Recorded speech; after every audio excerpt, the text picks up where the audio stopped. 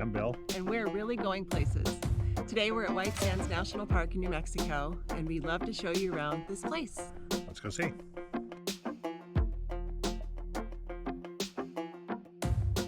In March, we visited New Mexico, staying at Las Cruces KOA Journey for 5 nights. During our visit, we spent a day at White Sands National Park, a one-of-a-kind dune field about an hour from Las Cruces.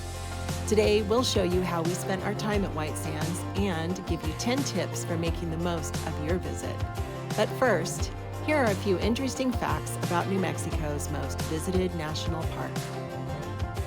White Sands is the largest gypsum dune field on Earth at approximately 275 square miles. Of that area, about 40% is dedicated to the national park and the other 60% is military land. The dunes at White Sands can be as tall as 60 feet and as deep as 30 feet. The fine white sand that makes White Sands so remarkable is composed of gypsum crystals. Although we didn't see so much as an insect during our visit, there are over 800 different species of animals at White Sands. Residents of White Sands include turtles, bats, porcupines, scorpions, and rattlesnakes. Many of them are nocturnal, and since the park closes at sunset, chances of visitors seeing wildlife are pretty low. And now, our 10 tips for having an awesome day at White Sands National Park in New Mexico. Tip number 1. Plan to spend at least 4 hours in the park.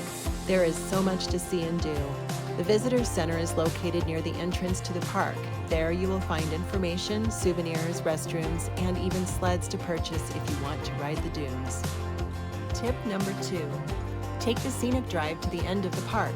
It's 16 miles round trip and takes about 45 minutes if you don't stop. But do stop if you have time. Walk the Interdune Boardwalk to learn more about White Sands habitat, geography, and history. Tip number 3. Choose the right footwear. Bill and I both wore hiking boots to the dunes. My advice is leave sneakers or any shoes that don't cover your ankles at home. You would have loads of sand in your shoes. Also, be sure to take the opportunity to go barefoot in the sand. It feels amazing. Tip number 4. Bring a pair of sunglasses. The glare on the dunes can be intense, and you never know when sand might blow right into your eyes. Tip number 5. Protect your skin. Wear sunscreen and bring a hat.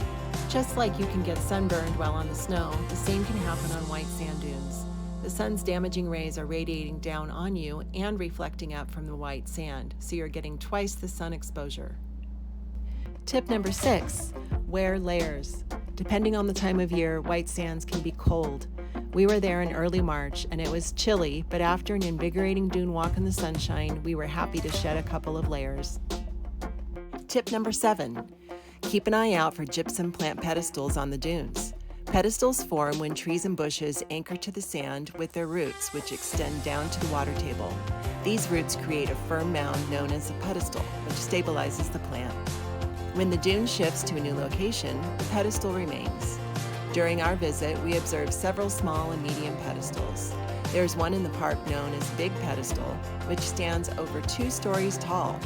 Unfortunately, we didn't come across that one, but we'll try to find it next time. Tip number 8. Bring some sustenance.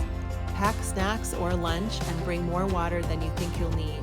Walking in sand takes a lot of energy.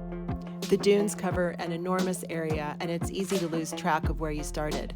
So tip number 9 is don't get lost. Be aware of where the road is, drop a pin or use a compass on your phone. Luckily, we were able to retrace our footprints, but if it's windy, those footprints may disappear before you have time to use them. Last but certainly not least is tip number 10.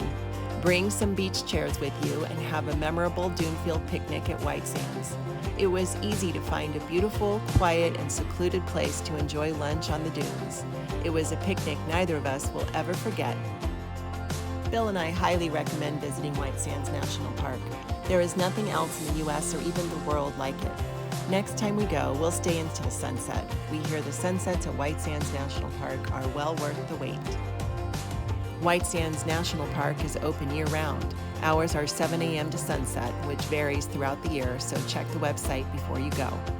Current fees are $25 per vehicle. Bill and I have an America the Beautiful Park Pass, which is $80 for 1 year. If you travel often, it pays for itself quickly. Have you visited White Sands National Park? If so, we'd love to hear about your experience in the comments. And if you enjoyed this video or found it useful, please click the thumbs up button and be sure to subscribe to our channel as well. Thanks for watching.